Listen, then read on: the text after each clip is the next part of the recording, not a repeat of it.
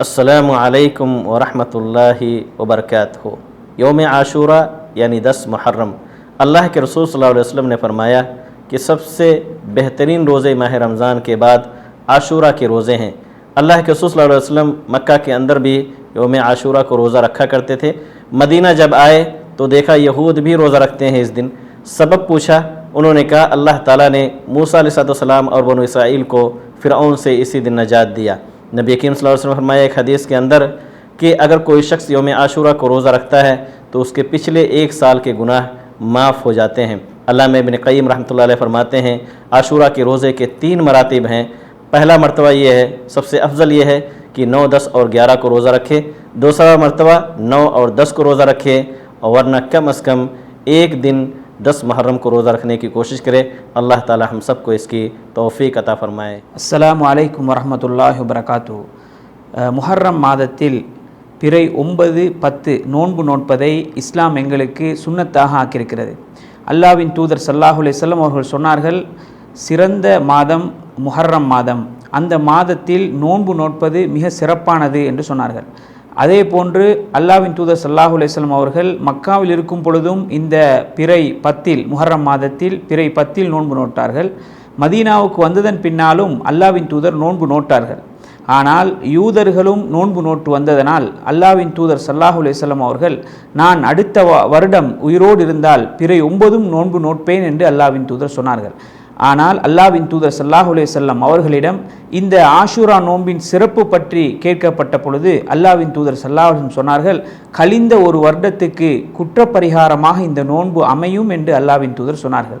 எனவே இந்த மாதத்தில் பிறை 9, பிறை 10 நோன்பு நோட்டு அந்த சிறப்புகளை அடைந்து கொள்வதற்கு அல்லாஹு தாலா எம் அனைவருக்கும் தௌஃபீக் செய்வானாக. வாஹிரு தஅவானா அல்ஹம்துலில்லாஹி ரப்பில் ஆலமீன். Bismillahirrahmanirrahim. Tayo ngayon ay nasa buwan ng Muharram, ang pinakadakilang buwan at kabilang sa mga sagradong buwan na kung saan pinili ng Allah subhanahu wa ta'ala. At ang pag-ayuno sa mga buwan na ito ay kabilang sa mga dakilang pagsamba sa Allah subhanahu wa ta'ala na nabanggit sa hadith na sinabi ni Propeta Muhammad sallallahu alaihi wasallam, afdalus siyam ba'da Ramadan, shahrullahil Muharram. At kabilang dito ang pag-ayuno sa araw ng Ashura. At itong pag-ayuno na ito ay may nakalaan na gantimpala at ito ang kapatawaran sa mga nagawang kasalanan sa nakalipas na taon. Nang tanungin ng Propeta Muhammad sallallahu alaihi wasallam patungkol sa pag-ayuno rito ay sinabi niya, ahtasibu ala Allah ayukaffira sanata allati qablahu. Nang ibig sabihin, inaasam-asam ko o kaya ay umaasa ko na patawarin ng Allah o magsisilbing kapatawaran sa mga nagawang kasalanan ang pag-ayuno sa araw na ito sa mga nakaraang taon na lumipas. అస్సలాము అలైకుం వరహ్మతుల్లాహి వబరకాతు. అబూ ఖతాదా రదియల్లాహు అన్హు ఉల్లేఖనం ప్రకారం ముహమ్మద్ సల్లల్లాహు అలైహి వసల్లం ముహర్రం ఆషూరా ఉపవాసాల గురించి ఇలా బోధించారు. ఎవరైతే ఆషూరా రోజు ఉపవాసం ఉంటారో అల్లాహ్ సుబ్హానహు వ తఆలా వారి ఒక సంవత్సరం పాపాలను క్షమిస్తాడు. సహీ ముస్లిం. ముహమ్మద్ సల్లల్లాహు అలైహి వసల్లం ఆషూరా రోజున ఉపవాసం ఎందుకు పాటించారు? మూసా అలైహిస్సలాంను ఫాలో అవుతూ ముహమ్మద్ సల్లల్లాహు అలైహి వసల్లం ఆషూరా రోజున ఉపవాసాన్ని పాటించారు.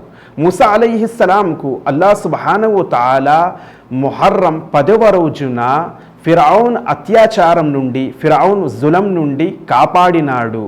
ఫిరౌన్ జులం నుండి ఫిరౌన్ జులం నుండి మూసా అలైహిస్సలాంను కాపాడినారు. అయితే ఆ రోజు మూసా అలైహిస్సలాం అల్లాహకు కృతజ్ఞతగా ఉపవాసం ఉన్నారు.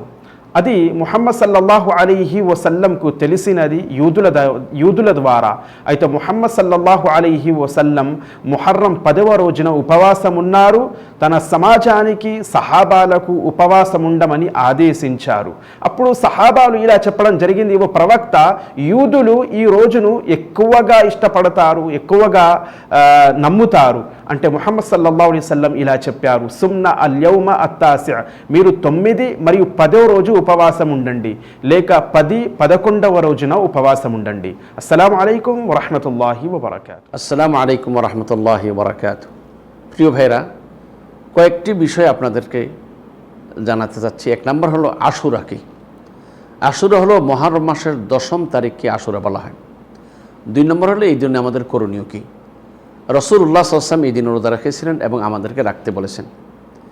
3 নম্বর হলো যে রাসূল সাল্লাল্লাহু কেন রোজা রেখেছিলেন। তার জবাব হলো রাসূল সাল্লাল্লাহু যখন মদিনায় গিয়ে দেখলেন ইহুদিরা এই দিনকে যথেষ্ট মর্যাদা দিয়ে পালন করছে, আল্লাহ রসুল তাদের কারণ জানতেছিলেন যে কেন তারা এই দিন পালন করে। তারা বললেন যে এই দিনে মূসা আসলামকে আল্লাহ সুবহানাহু ওয়া তাআলা ফেরাউনের জুলুম থেকে মুক্তি দিয়েছেন, ফেরাউন তার সাথীদেরকে দরিয়ে ডুবাই মেরেছেন, তাই তিনি রোজা রেখেছেন। তারপর রাসূল সাল্লাল্লাহু বলছেন আমি যদি আগামী বছর পর্যন্ত বেঁচে থাকি তাহলে 9 তারিখে রোজা রাখবো। তারপরে রাসূল সাল্লাল্লাহু এই আশুরার রোজা সম্পর্কে বলেছেন যে ব্যক্তি মুহররম মাসের 10 তারিখে রোজা রাখবে আল্লাহ তার বিগত 1 বছরের সগীরা গুনাহগুলো ক্ষমা করে দিবেন।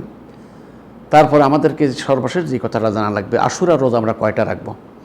1 নম্বর হলো যে 9 এবং 10 এটা হলো উত্তম।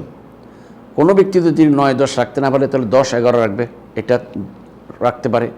অথবা কারো পক্ষে যদি নাকি 2 দিন রাখা সম্ভব নয় তাহলে শুধুমাত্র 1 দিন রাখবে। তাইলে 9-10 হলো 1 নম্বর, 10-11 2 নম্বর, শুধু 10 3 নম্বর। আল্লাহ আমাদের সকলকে তৌফিক দান করুন, আমিন। আসসালামু আলাইকুম ওয়া রাহমাতুল্লাহি ওয়া বারাকাতুহু।